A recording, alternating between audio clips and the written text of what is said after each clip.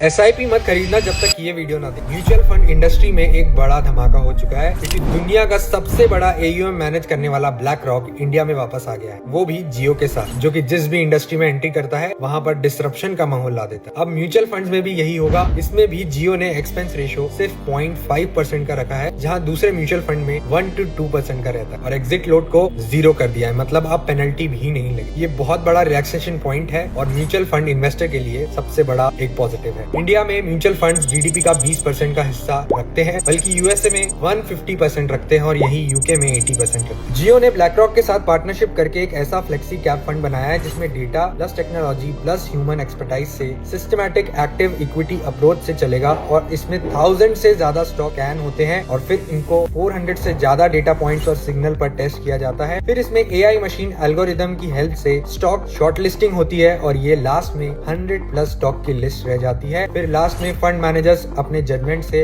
इन 100 stocks में best pick करते हैं। सो ये डाइवर्सिफाइड होते हैं और among large cap, mid cap और स्मॉल कैप। और सबसे बड़ा यूएसपी इनका है कि ब्लैक रॉक एक अलादीन है, जो दुनिया का सबसे बड़ा रिस्क मैनेजमेंट सिस्टम है, जो ऑलरेडी 21 ट्रिलियन मैनेज करता है और ये 5000 से ज्यादा रिस्क फैक्टर को चेक करता है। आप इसमें इन्वेस्ट जियो फाइनेंस ऐप के थ्रू कर सकते हैं और ट्रेडिंग प्लेटफॉर्म के थ्रू भी कर सकते हैं। ऐसे ही इन्फॉर्मेटिव वीडियोस के लिए फॉलो जरूर कर लेना टॉक्स विद रोहित को। यार इस बंदे ने बहुत ही गजब इन्फॉर्मेशन दी है। रिलायंस यानी कि अंबानी की कंपनी, भैया अंबानी क्या है भाई, वर्ल्ड का रिचेस्ट आदमी है।